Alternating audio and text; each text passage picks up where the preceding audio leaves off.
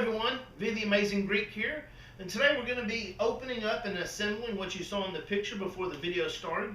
This is from Harbor Freight. It's the Pittsburgh Automotive 3-ton floor jack with rapid pump. Now this jack can go from 5-inch height for the saddle up to 18-inch height in about 3.5 pumps.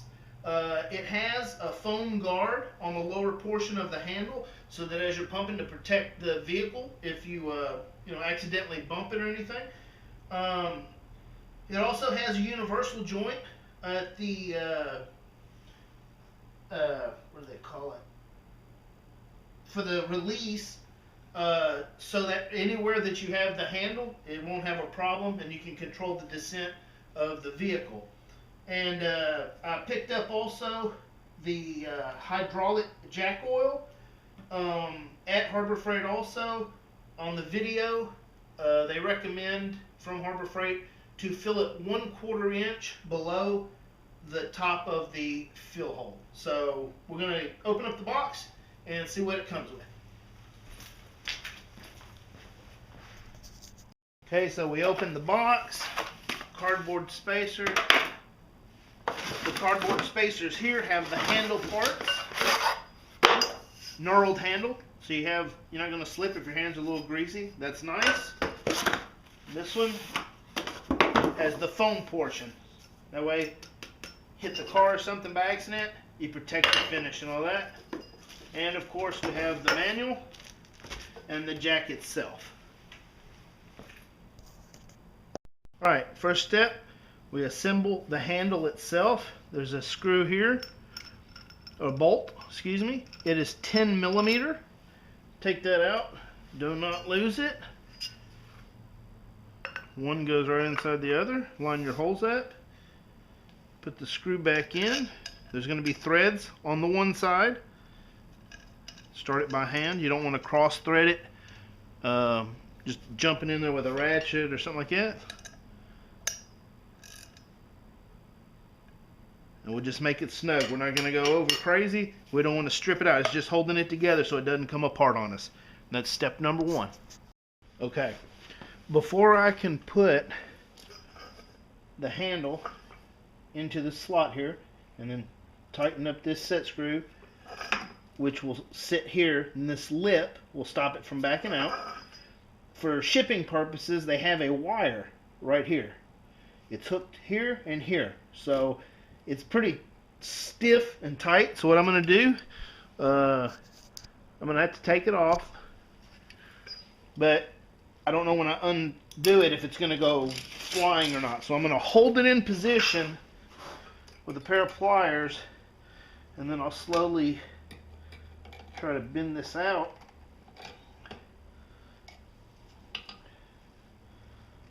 Try the end. I don't want to mess anything up here.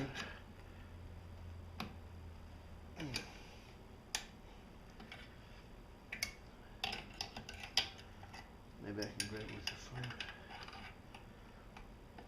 There we go.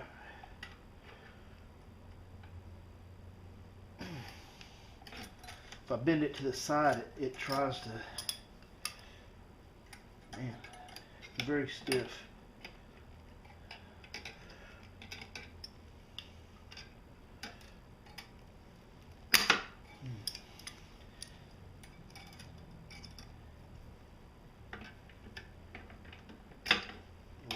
Heck.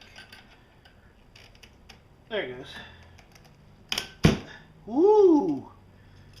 Okay, so I was just about to make the comment. Somebody say, why don't you just cut it? These return springs here, if I would have cut that, those pieces would have went flying. So I'm very glad I did not do that. Be very careful when you take that off.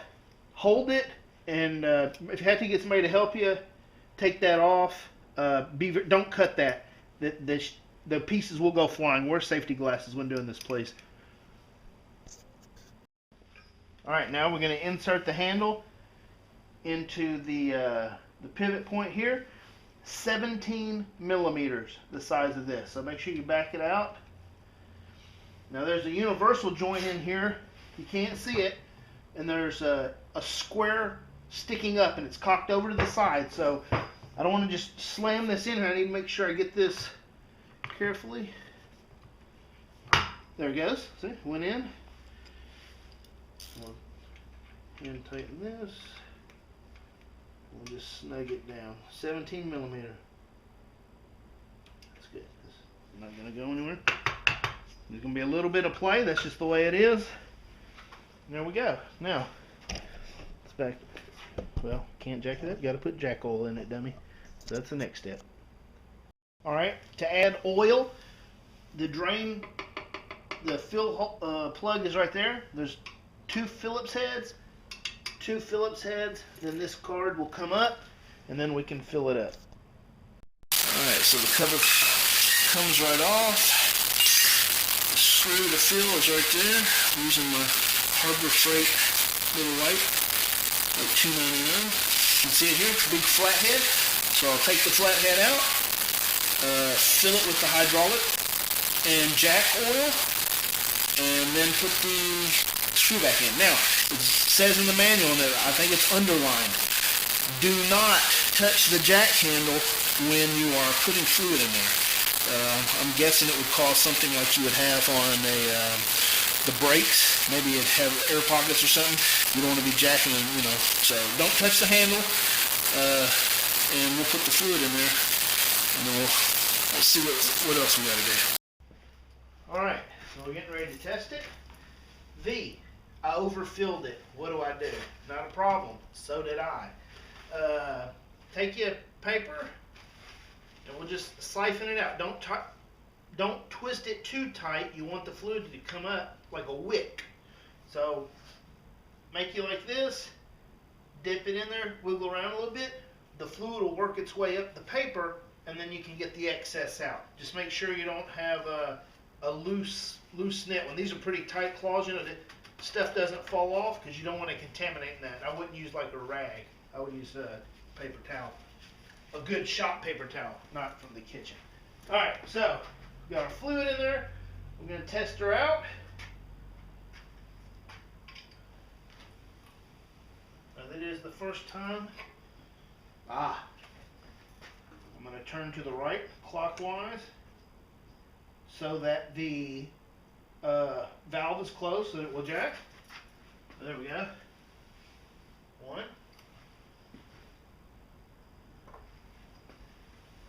2, and I don't think you want to let this just release. I think it would go slowly, but you don't want to do that.